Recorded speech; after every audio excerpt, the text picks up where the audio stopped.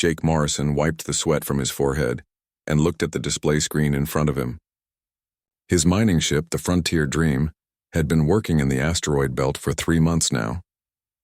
The work was boring, but it paid well.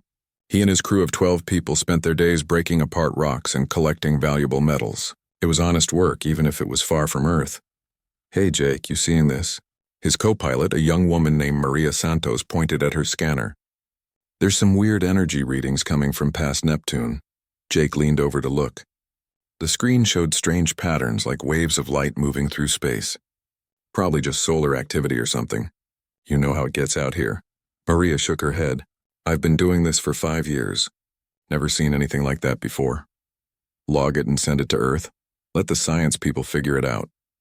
Jake stretched his arms above his head. "We've got work to do. Those rocks aren't going to mine themselves." Far away on Earth, Amy Chen sat in her office at the Outer System Defense Network headquarters. She was staring at the same energy readings that Jake's ship had sent in.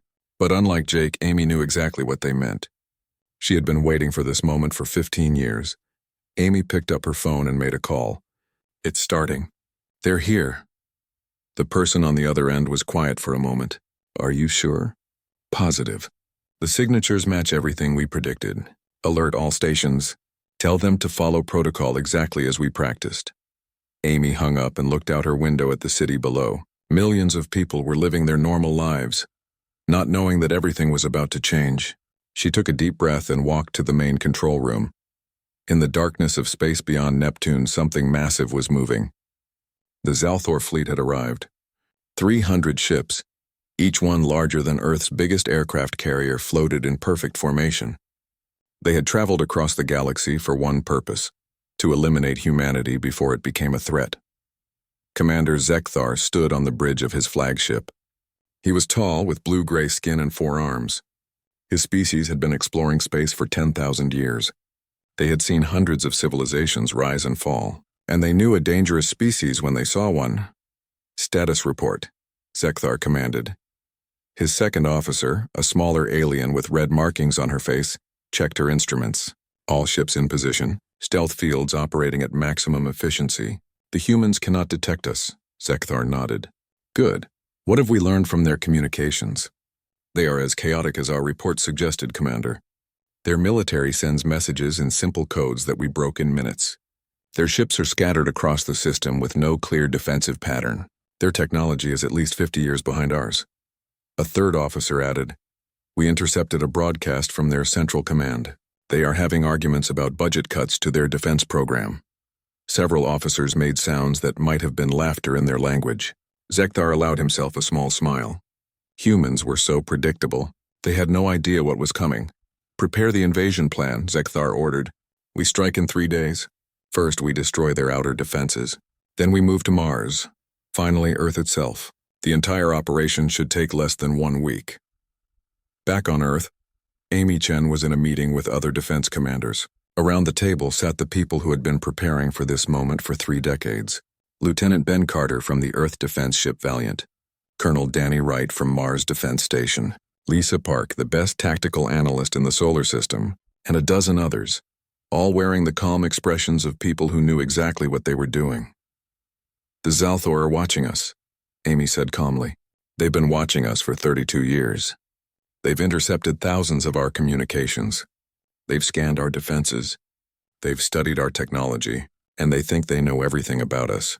Danny Wright smiled. "They think we're primitive. They think we're disorganized," Ben Carter added. Lisa Park spoke up. "They think we're easy targets." Amy looked around the table. "Good, that means the plan is working. Now we move to phase 2. Make it look like we're panicking. I want sloppy patrols. I want confused communications. I want them to see exactly what we want them to see." "What about the civilian ships?" someone asked. "Like that mining vessel that detected their fleet?" "Jake Morrison's crew?" Amy pulled up a file on her screen. "His ship is equipped with standard civilian mining equipment, or at least that's what any scan would show. The Zalthor will see it as harmless." "But it's not harmless," Ben Carter said with a grin. "No," Amy agreed. "None of our ships are. But the aliens don't know that, and they won't know until it's too late." Professor Henry Kim entered the room. He was an older man with gray hair and tired eyes. He had spent 20 years studying alien psychology and had designed much of Earth's deception plan. The Zalthor follow patterns, Henry explained to the group. Every time an advanced species finds a younger civilization, they evaluate whether that civilization is a threat. If they decide yes, they attack. It's happened 17 times in the last 5,000 years. We've studied all 17 cases, and, someone asked, and in every case the younger civilization acted exactly as expected. They built obvious defenses. They sent aggressive messages. They tried to look strong, and every single one of them was destroyed because they played by the expected rules. Amy continued the thought. So we changed the rules. We made ourselves look weak instead of strong. We made ourselves look chaotic instead of organized. We hid our real military in places they would never think to look. The deep ocean, Lisa Park said. Underground facilities, Danny Wright added. Inside asteroids, Ben Carter finished. Henry nodded. The Zalthor scanned from space. They look for energy signatures, weapon systems, organized military structures. We gave them exactly what they expected to see. A primitive species barely holding together. Meanwhile, our real defenses have been growing in secret for 3 decades. On the Zalthor flagship, Commander Zekthar was reviewing the final invasion plans. Everything was perfect. The humans had no idea what was coming. Their defenses were weak and scattered. Their command structure was arguing with itself. Their technology was outdated. Commander, his communications officer called out. We're intercepting another broadcast from Earth Military Command. They're discussing whether to cut funding for their Mars base. Zekthar laughed. Actually laughed. These humans were about to be invaded by the most powerful military force in the galaxy, and they were worried about money. It was almost sad. Any sign they've detected our fleet?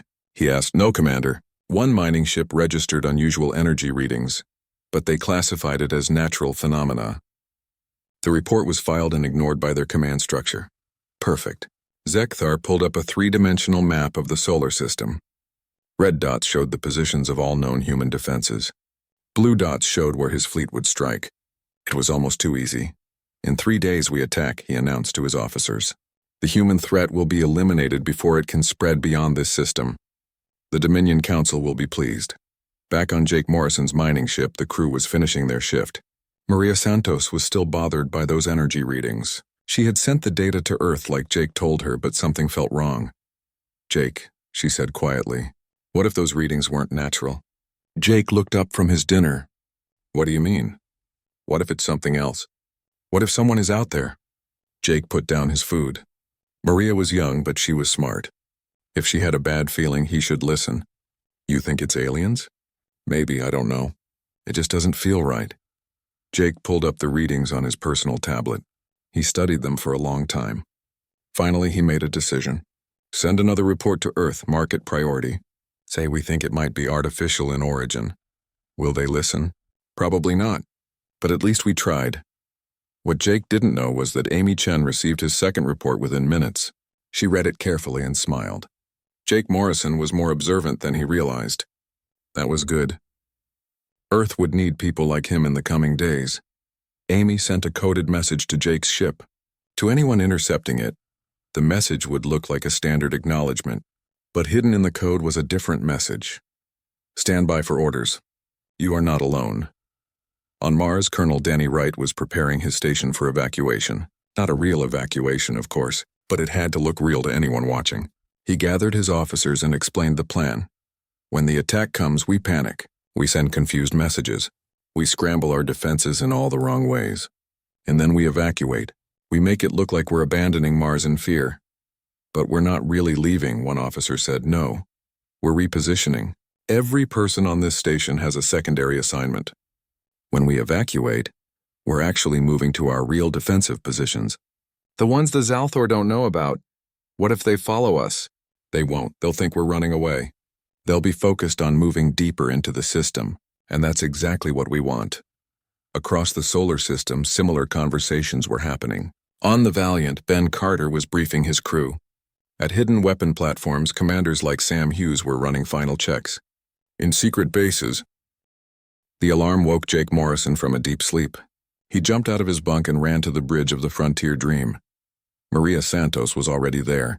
her face pale as she stared at the scanner displays. "Jake, we have multiple contacts, hundreds of them. They just appeared out of nowhere." Jake looked at the screen and felt his stomach drop. The entire display was filled with red dots, each one representing a ship. "Big ships. Get me a channel to Earth now. I'm trying. All communication channels are jammed except for emergency frequencies." That was when the message came through. It was broadcast on every frequency in every human language. The voice was mechanical and cold. "People of Earth, this is Commander Zekthar of the Zalthor Dominion. Your species has been evaluated and found to be a threat to galactic peace. By order of the Dominion Council, you are to be eliminated. Resistance is pointless. Surrender and your deaths will be quick." Maria grabbed Jake's arm. "What do we do?" Jake's mind was racing. He remembered the coded message from Amy Chen. "Stand by for orders. You are not alone." We wait, and we trust that someone has a plan. On Earth, Amy Chen was in the command center, surrounded by screens showing the Zalthor fleet. She looked calm, but her heart was pounding. This was it. Everything they had prepared for was finally happening. "Status of outer defenses?" she asked. "Defense Platform 7 is engaging the enemy," an officer reported. "They're taking heavy fire." Amy watched as the platform, a small station with basic weapons, fired at the alien ships. The Zalthor responded with overwhelming force. Within minutes, Defense Platform 7 was destroyed. "Platform 7 is down," the officer said quietly. "Good," Amy replied. Everyone in the room looked at her.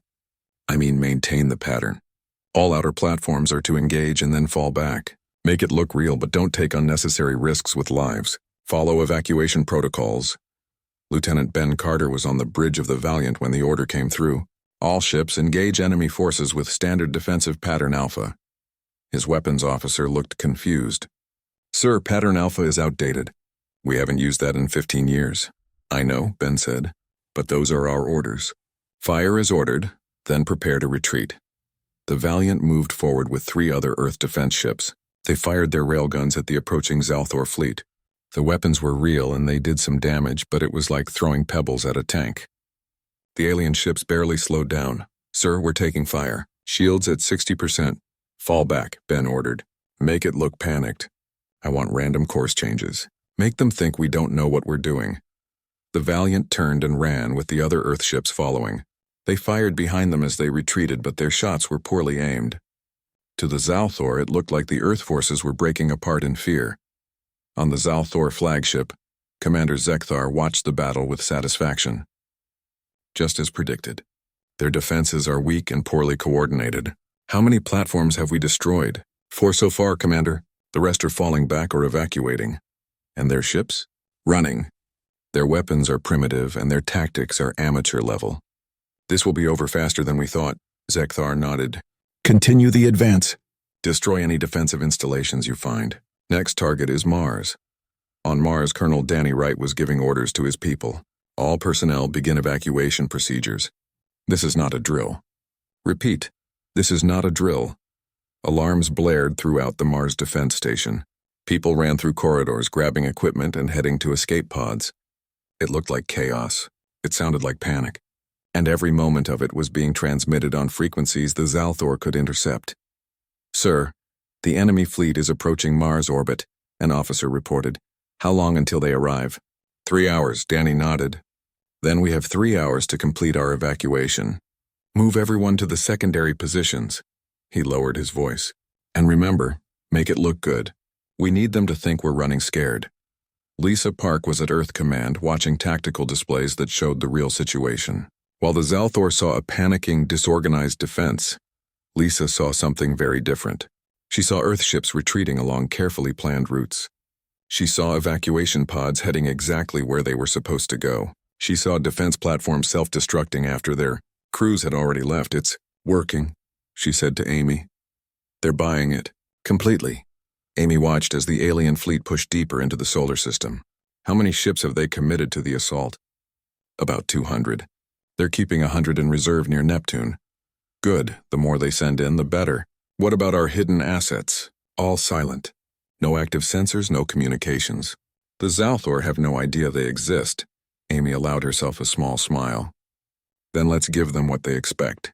Send a message to all remaining defensive positions. Tell them to fall back to Earth orbit. Make it sound desperate. The message went out on an unsecured channel exactly as Amy planned. Within minutes, the Zalthor intercepted it. On the flagship, Zekthar listened to the recording of a human officer shouting orders. All ships fall back to Earth. Repeat, fall back to Earth. We cannot hold the outer system. All personnel evacuate Mars immediately. This is a full retreat. Zekthar's officers were excited. They're completely broken, Commander. They're abandoning their positions without a fight. But something bothered Zekthar. It was too easy. He had studied humans for years. They were supposed to be fighters, aggressive, stubborn. This complete collapse didn't match their psychological profile. Scan the system again, he ordered. Full spectrum. I want to make sure we're not missing anything. His sensor officer worked at her console. Scanning now, Commander. Results coming in. I'm detecting the expected defensive positions around Earth. Several ships in orbit, ground-based weapons, energy shields over major cities. Nothing we haven't seen before. What about hidden installations? None detected, sir. If there were hidden bases, they would show power signatures. We're not seeing anything unusual. Zekthar wanted to believe that, but his instincts, honed over 100 battles, were telling him something was wrong. Continue scanning, and slow our advance. I want to be careful. His second officer looked surprised. Sir, the humans are beaten. We should press our advantage, we will. But I don't want to rush into a trap. Jake Morrison's mining ship was still floating in the asteroid belt when he received another coded message from Earth. This one was clearer. Prepare for combat operations. Await signal. Maria saw him reading the message. Jake, what's going on? What does that mean, combat operations? We're a mining ship. Jake made a decision. His crew deserved to know the truth. He called everyone to the main cabin and told them to sit down. I'm going to tell you something that might sound crazy. Our ship isn't exactly what it seems. Those mining lasers we use to cut apart asteroids, they're modified weapons. Our cargo hold? It's filled with military-grade missiles disguised as ore containers. The ship was built to look like a civilian mining vessel, but it's actually part of Earth's hidden defense network. The crew stared at him in shock. Finally, Maria spoke. You knew about this? No, I'm just figuring it out now. But it makes sense. The weird upgrades we got last year. The government contracts that paid too well. The special training modules we all had to complete. So what do? We wait for the signal. And when it comes, we fight. The Zalthor fleet reached Mars 3 hours later. They found the defense station abandoned, its weapons powered down, its shields offline. A few escape pods were still fleeing toward the inner system. The aliens destroyed the station with a single massive blast. Mars is secured, Zekthar's officer reported.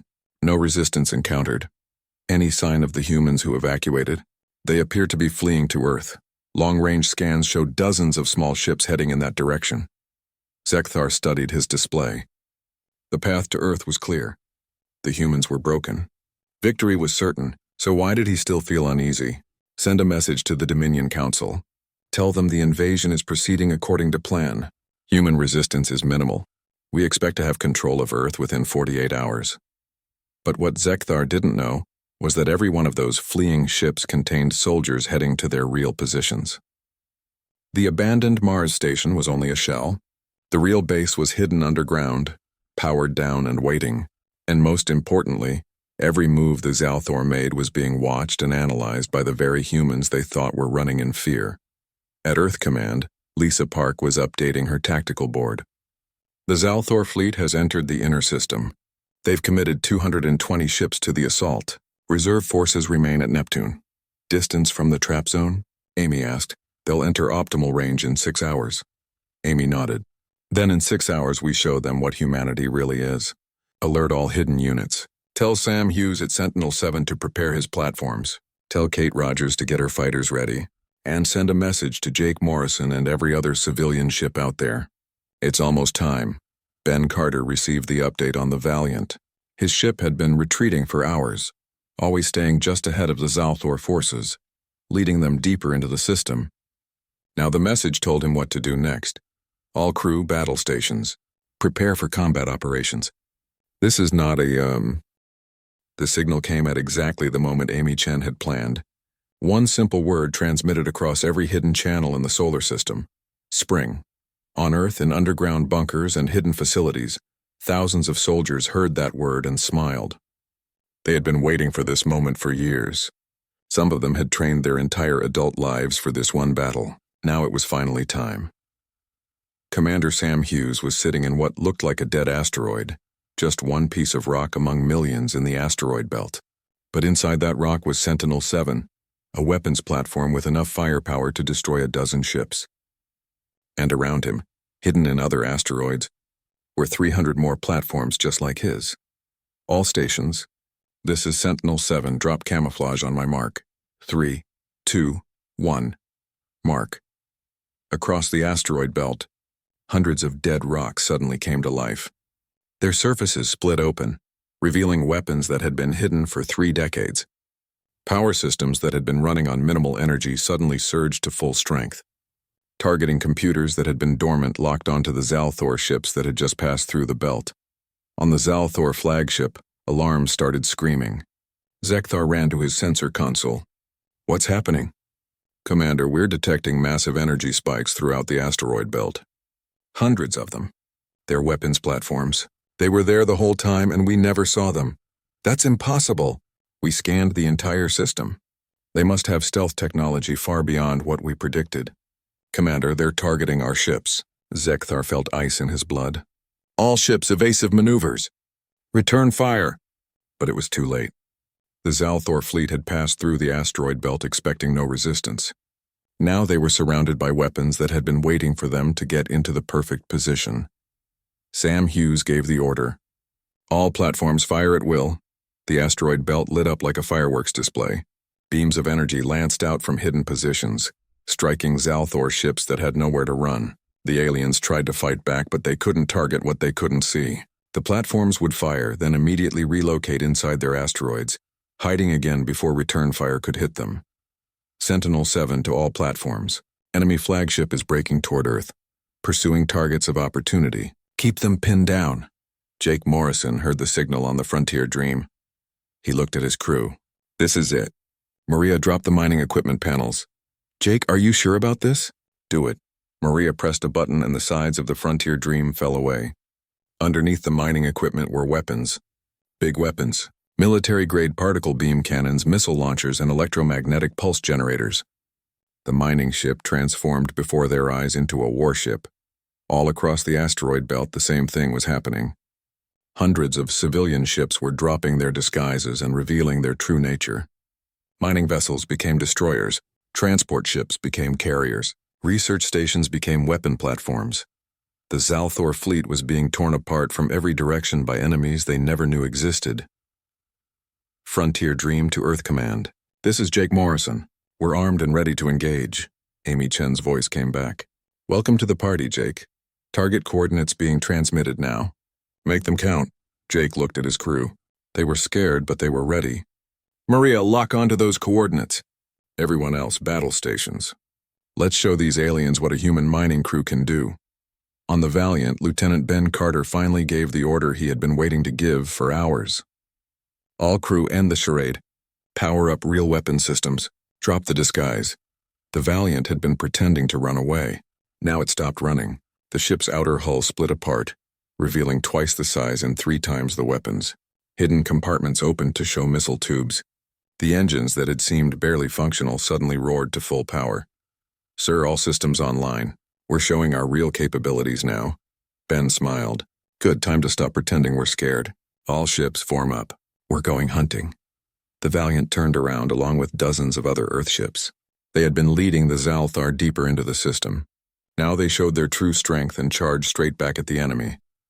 Commander Zekthar couldn't believe what he was seeing.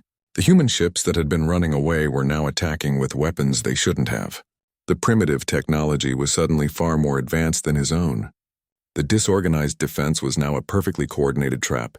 "How many ships do they have?" he demanded. "We're detecting thousands, Commander. Thousands!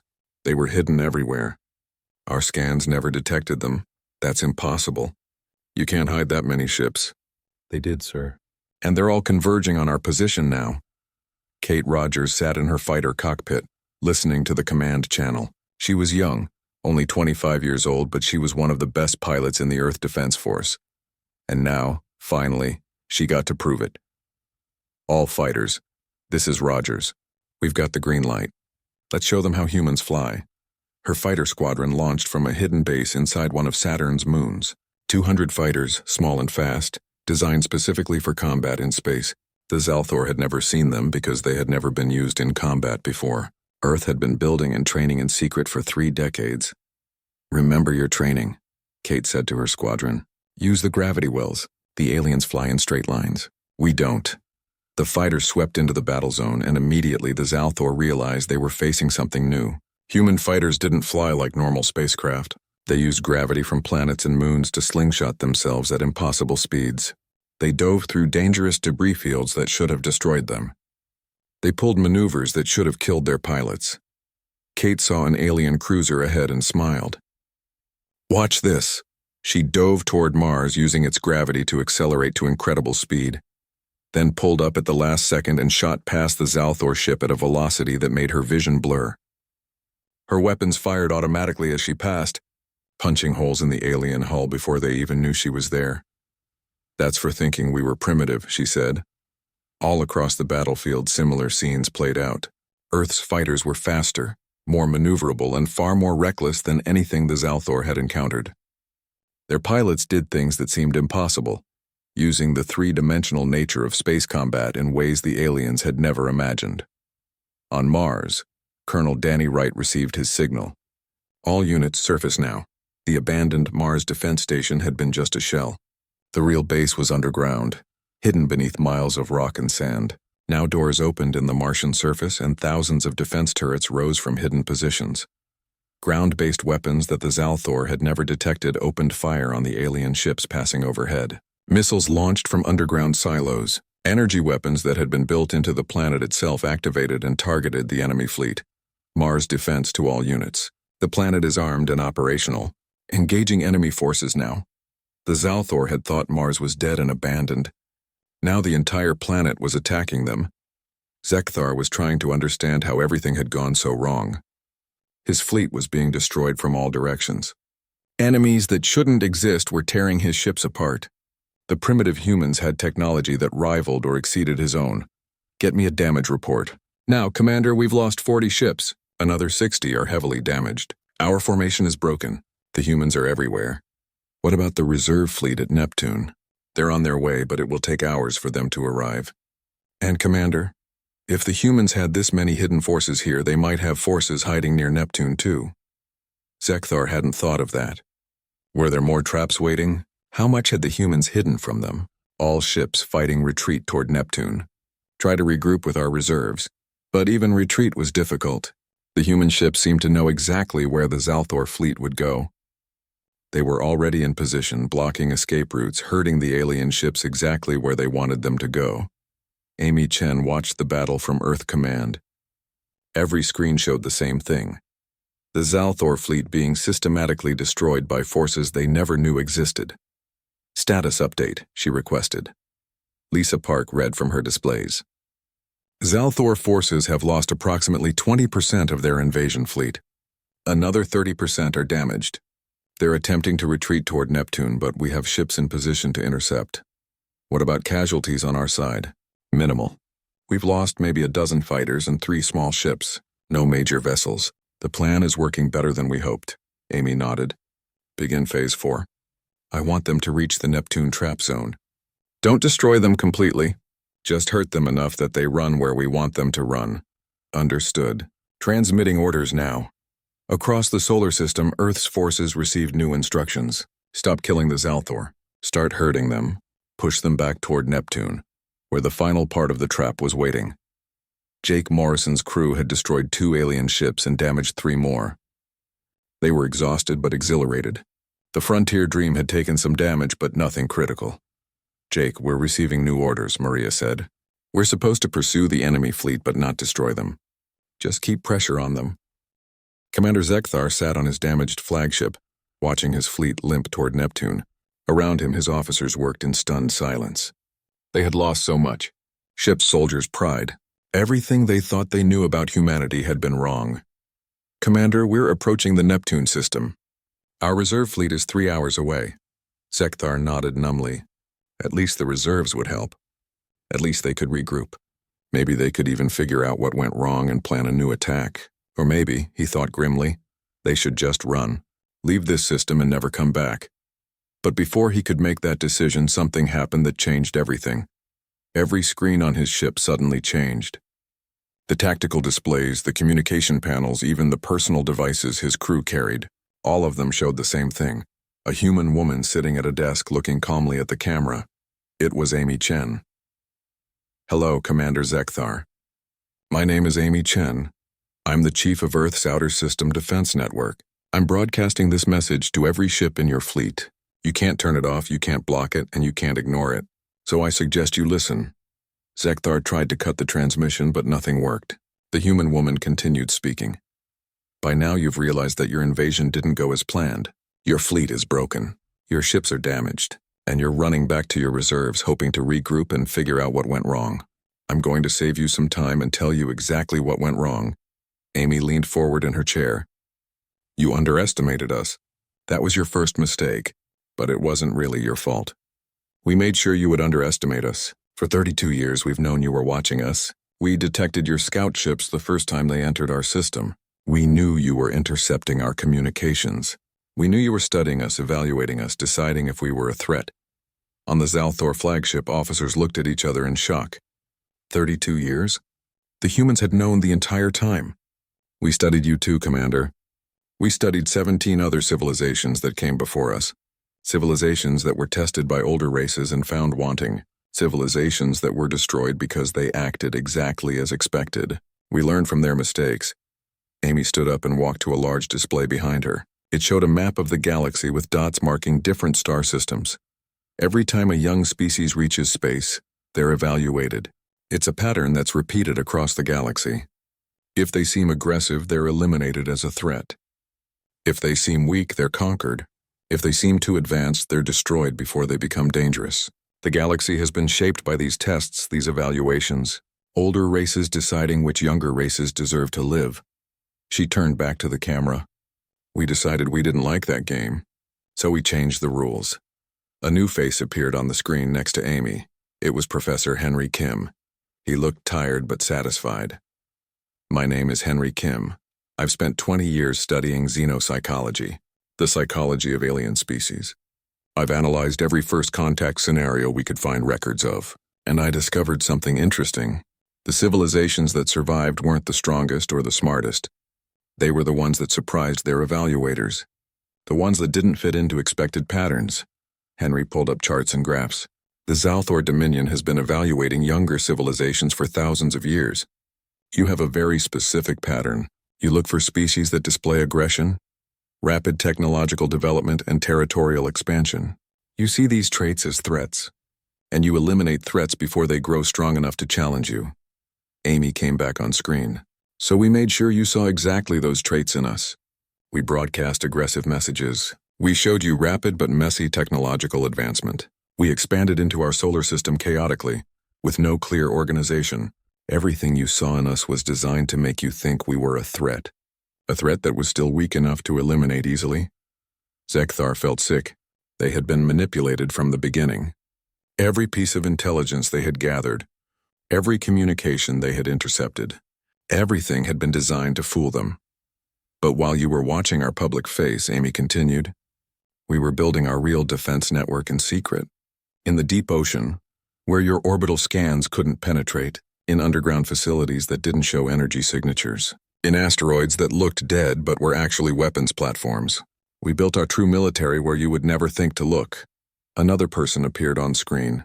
It was Vice Admiral Claire Stone, a woman in her 60s with gray hair and hard eyes. "I'm Vice Admiral Claire Stone. I command the United Earth Fleet, the real fleet, not the small ships you saw and easily defeated. I'm talking about 3,000 warships that we built in secret over 3 decades. Ships with technology you've never seen, weapons you can't defend against, and crews that have trained their entire lives for this moment." Claire smiled, but it wasn't a friendly smile. "You destroyed some of our decoy ships. Congratulations. Those ships were meant to be destroyed.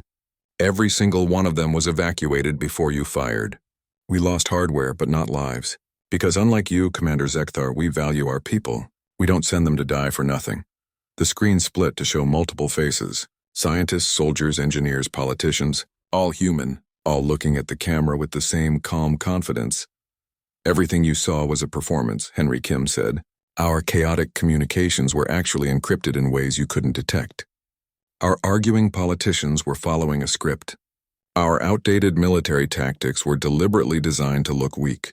We are actors, Commander, and you were our audience. Amy Chen came back to fill the screen. Now I'm going to tell you something that might scare you more than our military. You're not the only ones watching this broadcast. We've detected 17 other alien civilizations observing this battle. We know they're out there because we've built sensors specifically to find them, and we're broadcasting this message to them too. She paused to let that sink in. This isn't just a battle, Commander. This is a message to the galaxy. Humanity is announcing itself. We're not prey. We're not helpless. We're not going to be evaluated and judged by species that think they're superior.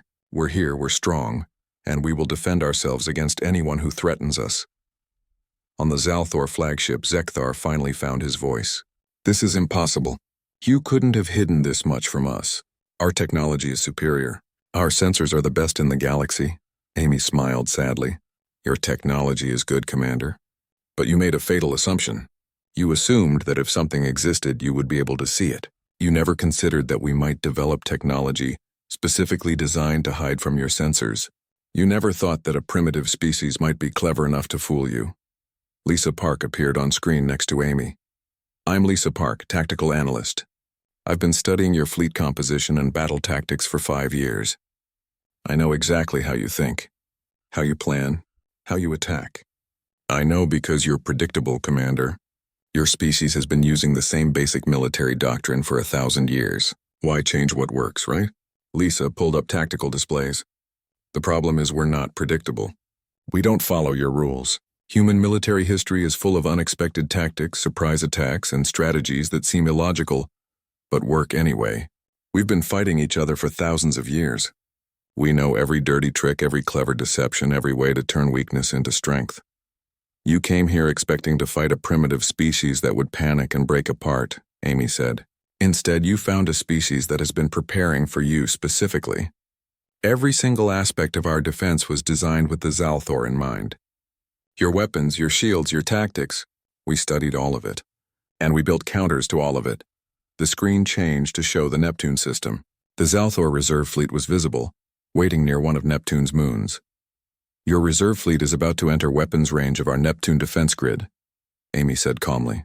This grid consists of weapons platforms hidden in the ice moons, platforms that have been there for 20 years, waiting for exactly this moment. You're about to see what happens when you walk into the second half of our trap. Zekthar immediately tried to warn his reserve fleet, but his communications were still jammed. He could only watch in horror as the human broadcast continued. We could destroy your entire fleet right now, Amy said. The weapons at Neptune are powerful enough to eliminate every ship you have. But we're not going to do that. Do you want to know why? She leaned forward, looking directly at the camera. Because we're not like you, Commander. We don't eliminate threats just because they exist. We're giving you a choice. Surrender and live. Cooperate with us and we'll treat you fairly. Help us understand your civilization, and we'll help you understand ours. Or refuse and find out just how much firepower we've been hiding. Another face appeared. It was Jake Morrison, still on the bridge of his mining ship. My name is Jake Morrison. 3 days ago, I was just a guy who cut up rocks for a living. Then aliens invaded, and I found out my ship was actually a warship. Now I'm part of the defense fleet, and I've helped destroy ships that are way more advanced than anything humans should. The message from Commander Zekthar came through on all human channels at once. His voice was tired and defeated, but also confused. This is Commander Zekthar of the Zalthor Dominion Fleet. We accept your terms. We surrender. In the Earth Command Center, Amy Chen felt a wave of relief wash over her. She had been prepared to fight a longer battle. Part of her had worried that Zalthor pride would force them to fight to the death. But Zekthar had been smart enough to see the truth. They couldn't win. Send confirmation, Amy ordered. Tell them to power down weapons and follow the coordinates we provided. And get medical teams ready. I want rescue operations starting immediately. Lisa Park looked surprised. Rescue operations? For the enemy? They're not the enemy anymore. They're surrendered forces, which means we have a responsibility to treat them fairly. Across the solar system, other humans were having similar reactions. On the Valiant, Ben Carter's crew couldn't believe what they were hearing. "Sir, the aliens are surrendering? Just like that?" Ben nodded. "Just like that. They're smart enough to know when they're beaten. Now we have a different job. Send teams to help with damaged alien ships. Anyone who needs medical attention gets it. Treat them the way we'd want to be treated if the situation was reversed." Jake Morrison was thinking the same thing. His mining ship, still disguised as a warship, moved carefully toward a damaged Zalthor vessel. Inside were probably scared aliens who thought they were about to die. "This is Captain Morrison of the Frontier Dream. We're here to help. Do you need medical assistance or repairs?" The response came in broken English. "You... help? Why? We tried to kill you." "Yeah, you did, but you lost, and now you surrendered. That means we're going to treat you like any other prisoners of war, which means we help if you need help. Do you need help?" There was a long pause. Then quietly, "Yes, we have injured, and our life support is failing. Hang tight. We're coming to you." Maria Santos looked at Jake with new respect. "A few days ago, we were miners. Now we're rescuing aliens who tried to destroy Earth.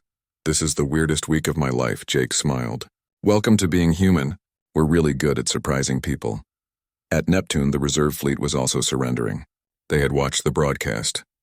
They had seen how thoroughly their invasion fleet had been destroyed.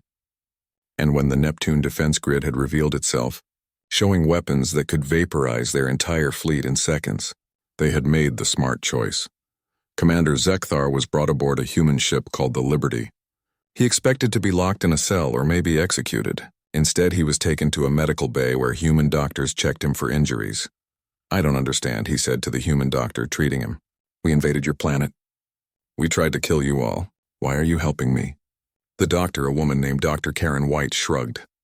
"Because you're injured and we're doctors. That's what we do. We help people, even people who were trying to kill us an hour ago. But this doesn't make sense. In war, you eliminate your enemies. The war's over. You surrendered. Now you're not our enemy anymore." Dr. White finished checking his injuries. "You're lucky. Just some bruises and a concussion. You'll be fine in a few days." Zekthar was taken to a meeting room where Amy Chen was waiting. She looked calm and professional. "Not angry, not triumphant. Just calm, Commander Zekthar. Please sit down." He sat, feeling very strange. "I expected chains. Or a cell. We're not barbarians, Commander. You're a prisoner of war, yes. But you're also someone we need to talk to. Someone who can help us understand your people and help your people understand us. My people will not accept this defeat easily. The Dominion Council will want revenge." Amy nodded. "I know. That's why we're going to send them a message. With your help." Over the next few hours, Amy explained what Earth wanted. Not conquest, not revenge. Just a fair chance to exist in the galaxy without being threatened. They wanted to establish communication with the Zalthor Dominion. They wanted to explain why the invasion had failed. And they wanted to prevent future conflicts, but why? Zekthar asked. "You defeated us completely. You could destroy our entire fleet. You could send warships to our homeworld and conquer us. Why do you offer peace instead?" Amy leaned back in her chair. "Because we're not conquerors, Commander.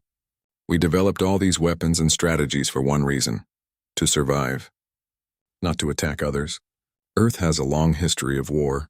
Thousands of years of humans fighting humans. We know what war costs. We know what it destroys.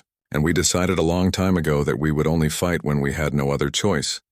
But we gave you no choice. We attacked first, true, but now you've surrendered. That gives us a new choice. We can choose to be merciful. We can choose to build something better than another cycle of revenge and violence." Professor Henry Kim joined the meeting, bringing food for everyone. Zekthar stared at the tray of human food. "You're feeding me?" "Of course. You've had a long day. Everyone needs to eat." Henry sat down. "Commander, I've studied your species for years. The Zalthor Dominion has existed for 10,000 years. In all that time, you've fought many wars. You've conquered many civilizations. You've destroyed others who threatened you. But tell me, has it made your people happy? Has it made your world safe? Or are you constantly looking for the next threat?" Zekthar thought about that. "We maintain order in our region of space. We protect the civilizations under our care. By destroying the ones that don't obey you." Henry said gently, "I'm not judging, Commander. I'm just pointing out that there might be another way. A way where different species work together instead of trying to dominate each other. That's idealistic? Maybe. but we're going to try anyway. President Rachel Kim made a broadcast the next day. It went out on every frequency, to every ship in the system, human and alien alike. And it was also transmitted toward the 17 other civilizations that had been watching. People of Earth and people of the galaxy. Today marks a new chapter in human history. We were attacked by the Zalthor Dominion, who saw us as a threat that needed to be eliminated. They invaded our system with overwhelming force, expecting an easy victory. Instead, they found that humanity was far stronger than they imagined. We defeated their invasion, we captured their fleet, and now we have a choice to make. Rachel Kim looked directly at the camera. We could choose revenge. We could destroy the Zalthor ships and send a message that humanity is not to be trifled with. Many people have suggested exactly that, but I believe we need to choose a different path. We need to choose mercy. We need to choose cooperation. Because if we start by destroying defeated enemies, we're no better than those who tried to destroy us. The president stood up and walked to a window showing Earth below. The Zalthor came here thinking we were primitive and dangerous. They were wrong about the primitive part. But maybe they were right about the dangerous part. Humans can be very dangerous when threatened. We've proven that. But we can also be compassionate. We can be forgiving. We can be wise enough to know that making friends is better than making corpses. She turned back to the camera. So here's what we're going to do. The Zalthor fleet will be treated according to the standards of warfare that humanity has developed over thousands of years. Prisoners will be treated humanely. Injured will be given medical care. Those who want to cooperate will be given that chance. And when the time is right, they will be allowed to return home, not as conquered enemies, but as people who learned something about humanity. To the 17 civilizations watching this broadcast, I have a message for you as well. Humanity is not prey. We're not a species you can evaluate and discard. We're here. We're strong. We're smart. And we're not going anywhere. If you want to meet us as equals, we welcome that. If you want to threaten us like the Zalthor did, well, you've seen what happens. The choice is yours. The broadcast ended. Around the galaxy, on ships and worlds that humans didn't even know existed, beings watched and considered what they had seen. A young species had just defeated one of the older powers, and instead of celebrating with violence, they celebrated with mercy. It was unusual. It was unexpected. It was very human.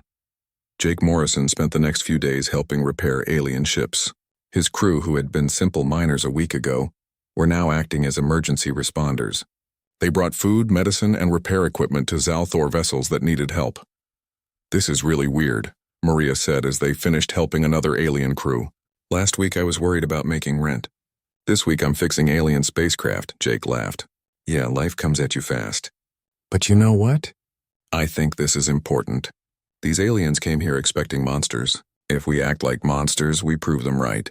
But if we act like decent people, maybe we change their minds about humanity.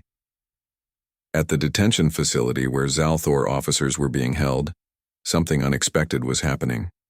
Human guards and alien prisoners were talking. Actually talking, not just giving orders. They were sharing stories, comparing cultures, learning about each other. Commander Zekthar found himself in a conversation with Lieutenant Ben Carter. They were discussing military tactics. Your retreat was perfectly executed, Zekthar admitted. I should have known it was too perfect, too organized, but I wanted to believe we were winning.